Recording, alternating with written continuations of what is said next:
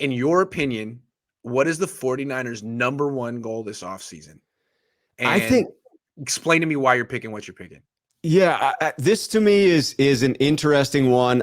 To me, their entire goal for this offseason is to simply verify that they didn't ruin their careers with last year's first round pick. Like, they are literally taking this offseason as a wait and see approach. To me, it's like, hey, we took the big swing last year, so we don't need to take another one this year. Let's just wait and find out whether we made contact with the ball with the swing we took last year. That's interesting that you're thinking about it in terms of Lance. I'm thinking about it in terms of Jimmy.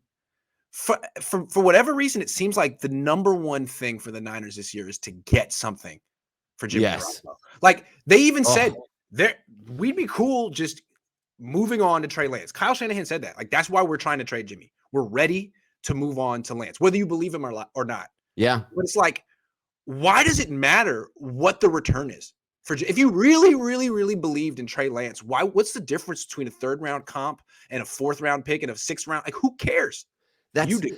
That's literally what I have here in my thoughts as well. I'm taking it from the other angle of Trey. They invested so much in Trey. They need to find out what they have there. And that's what makes me incredulous around the idea that they're so heavily invested in getting something for Jimmy. Like, if your top priority is Trey, just get whatever you can for Jimmy. It doesn't matter if it's a second round pick or a fourth round pick. It's all about Trey. Getting Jimmy out of the locker room is addition by subtraction. Getting his money off the books is addition by subtraction. Addition by subtraction, 100%. And it's like, it's not even a pick you're going to get this year for Jimmy. It's a pick you might get next year for Jimmy. Right. And to me, that is their number one goal this offseason, getting something for Jimmy. And like, why? You could say because they secretly don't believe in Trey Lance. That's possible until they show us that they believe in Trey Lance. Telling us that they believe in him isn't that. Or this is just petty ego stuff. I was going to say ego. You know what I'm saying? Like, John Lynch is not a businessman. He is a competitor, and he is in some type of I don't want to use a pissing match with Jimmy and his agent. And he wants to win. He wants to win, and he feels like they played dirty with that late shoulder surgery. Right. So now he's going to do what he needs to do to win, which is, I'm going to keep you on the bench all year. We don't care. Jed Yorkel already said he'd pay $27 million to keep you around. So now you get $27 million, but you don't get to play in your contract year. You're a backup in your contract year. Good luck getting your next contract, Jimmy. But again, like, that's spiting your own. That's that's hurting your own team. You really want that? Cutting off your nose to spite your face. That's the one. You really want that. You really want someone. I mean, I'd be a malcontent in that situation. A contract year. You won't even cut me. I have to stay here. Yeah, the money's good, but you're ruining my future prospects. That's what I feel the Niners' goal is, some type of like competition with Don Yee and not losing that war that has been going on for 2 years. It was the number one goal last year too. It's this, now it's become this slow moving game of chicken. This reference is going to go over the heads of all of your younger listeners, but it's like the original Footloose, where you have two tractors slowly but surely inching towards one another in a game of chicken. And you just don't know who's going to blink first. It makes zero sense to me that the 49ers are serious about keeping Jimmy Garoppolo on the roster for 2022, right? I don't buy it. I don't believe it's going to happen. I get angry when I think about it. And I still have to acknowledge it's a damn distinct possibility, Grant. Yeah, and the reason I think it's going to happen is because I hate my camera so much. But the main reason I think it's going to happen is because I don't think the Niners have the guts to take the loss. Right. Taking the loss would just be guts. I mean, come on. I hate this. I paid $100 for this, dude. It's supposed to be $4K, and it never knows where my head is. I'm right here. Dude, what is going on?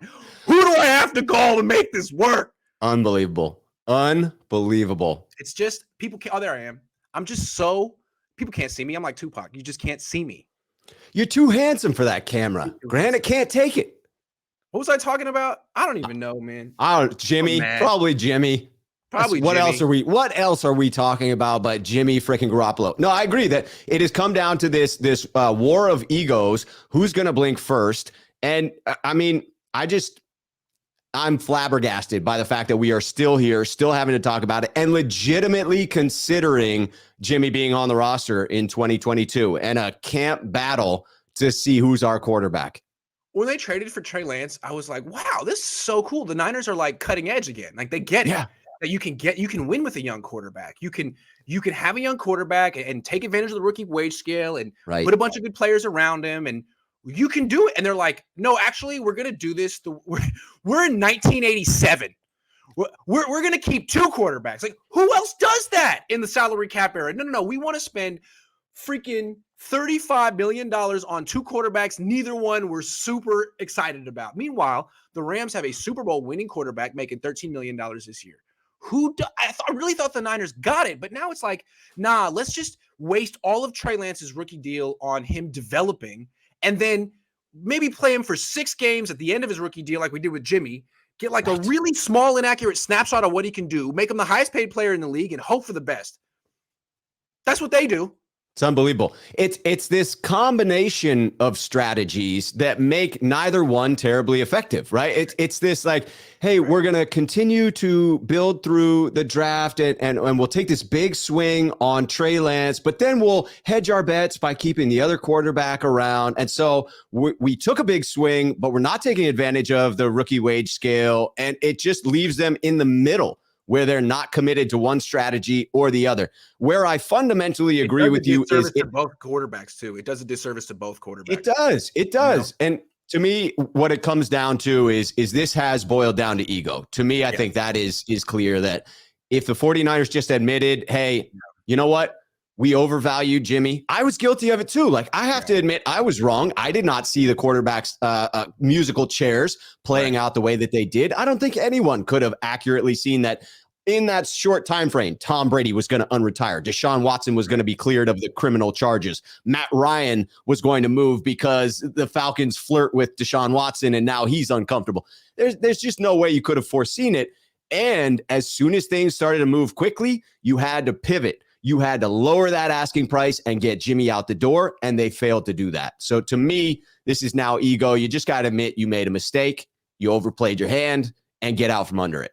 Yeah, and this is where the owner steps in. This is where Eddie D were to step in and say, you know what? You messed up. I'm not firing you, but cut Jimmy now. Cut Jimmy now. And this would have been weeks ago, but cut Jimmy now. Sign a backup like Tyrod Taylor. Get a good backup, not a $27 million backup. Move on. Yeah.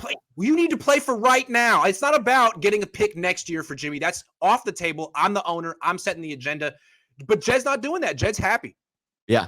You got to end the circus. I mean, I look at Kyle Shanahan the morning of on the coach's breakfast. I see the hungover face that man had. I mean, those red eyes. That dude was feeling it. And I'm guessing the heavy drinking is as a result of knowing what kind of questions he's going to face, because it is still a circus in San Francisco. End the drama, get it over with, and let's get back to talking about some normal things.